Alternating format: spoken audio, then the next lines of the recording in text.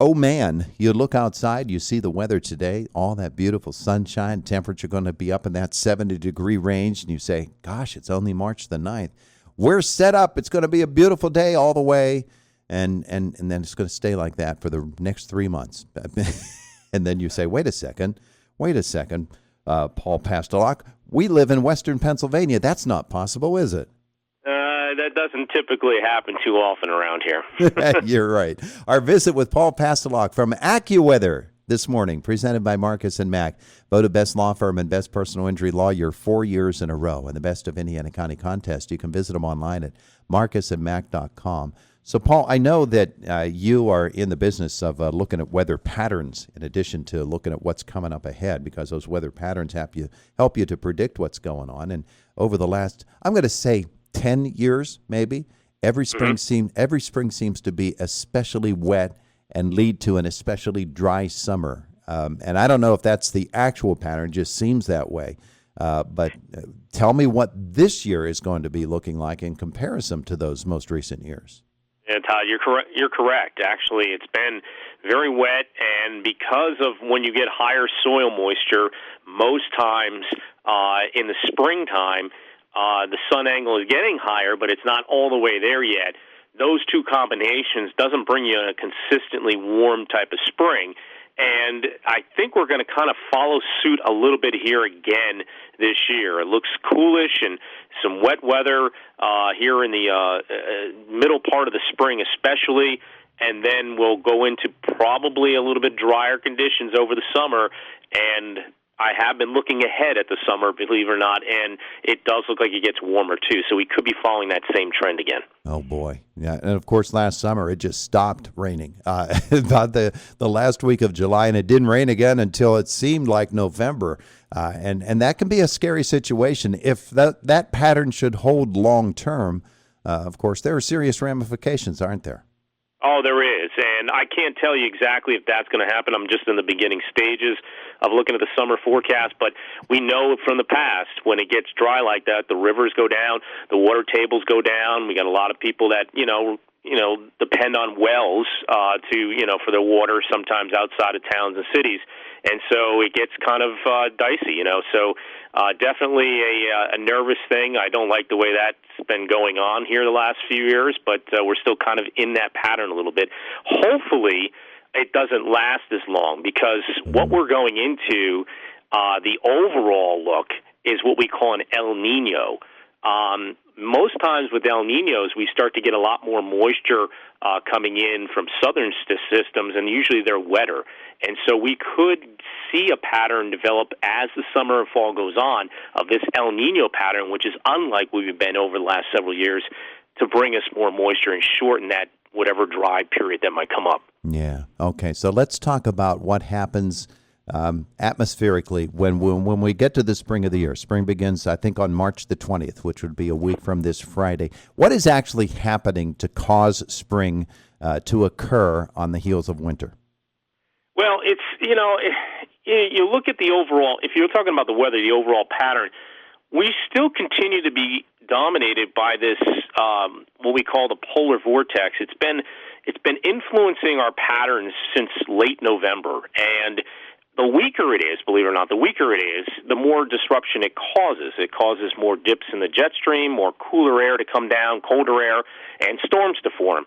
We still are getting influenced this month, and that's why we're kind of looking at a slower transition. Don't get me wrong. It's beautiful right now, right? It's beautiful the next few days. It's warm. It's almost like a fall spring, because I think it does get colder again going into later this week and next week, and we still could see some snowflakes in the air in parts of the state going through the mid part of March. So what you're saying is that even though Major League Baseball has scheduled the season to start earlier in the month of March, yes, they did not consult with you first. No, and if they should have consulted with the groundhog too, because the groundhog's been on this. But it's like, again, baseball. I know around here in Pennsylvania, being the high school and the colleges, they all start early and they have to deal with this. Some of the colleges can go south, but again, they still have to deal with this cold weather. I know I dealt with it when I came from Connecticut a long time ago. We had to deal with it then.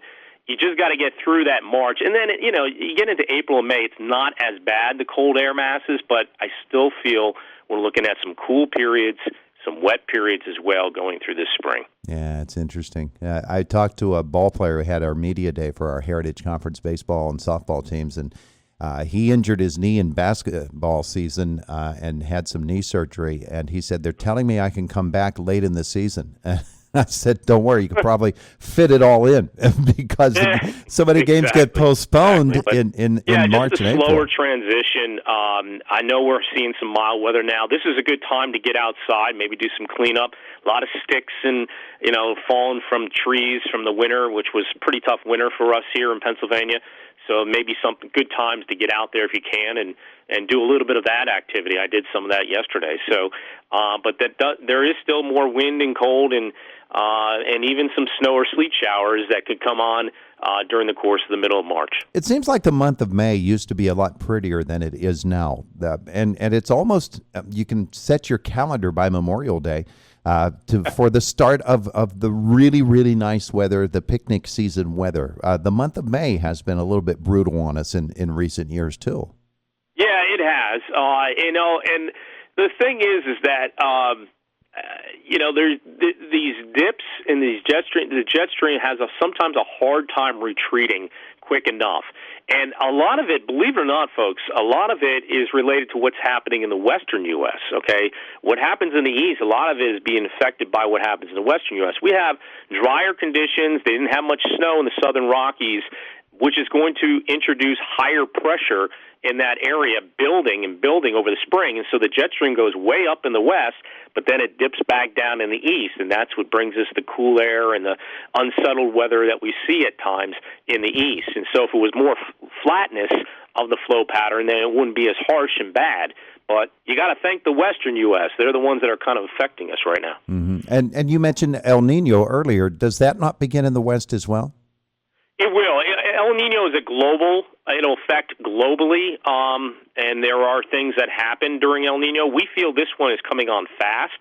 We're already seeing big changes in the equatorial Pacific waters right now. They're warming quicker, and so this is going to turn around. We could have an El Niño by this summer. Typically, they wait till the fall season to get going, but this one could happen this summer, and what that does is, again, it cuts down a little bit on the hurricane activity in the Gulf and the Caribbean, but it can still bring some wet systems, some strong cold fronts with some heavy wet weather for the southern plains to the eastern U.S. See, that was going to be my next question was how does that impact hurricane season? Because we really didn't have one last year.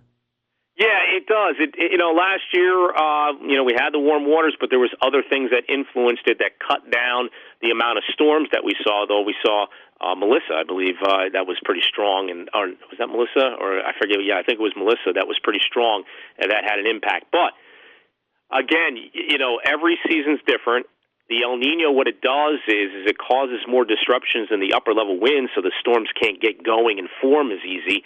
But it doesn't mean you can't get a couple systems, and it only takes one to have a bigger impact for the overall season, in the eastern U.S. So, again, we're watching that. We're kind of looking at maybe a little bit of a lower season, but, we'll have more details on that as we get later in the spring. Yeah, it fascinates me what you do and how you are able to do it. And I know the computer models are helpful in that way.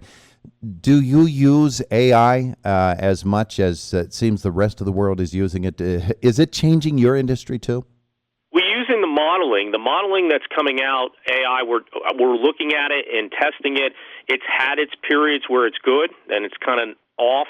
We really are starting to kind of feel it out, what we're going to use for AI. A lot of our writing is taken care of. We can use AI to help us speed up getting forecast out quicker.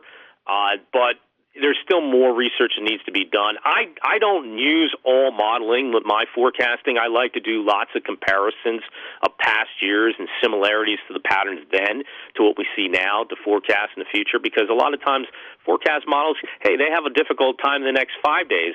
Now we're talking about the next 4 or 5 months that we're looking at. So we do a lot of stuff, my team, and we look at a lot of things before we come up with an actual forecast. Yeah, well, we use peeper frogs around here, and they're out. So whatever it takes, huh? Yeah, well, whatever it takes, But again, it's a really involved process, and I'll be happy to sit down anytime and talk about what we do. Yeah. Well, we'll schedule that because I do want to talk with you more about that. Paul Pastelok, Accuweather, thanks so much for spending some time with us today. Absolutely. No problem, Tom. There's Accuweather. They know their stuff, and Paul does too. It's Indiana in the Morning, and it's WCCS 101.1 FM, AM 1160, and WCCSradio.com.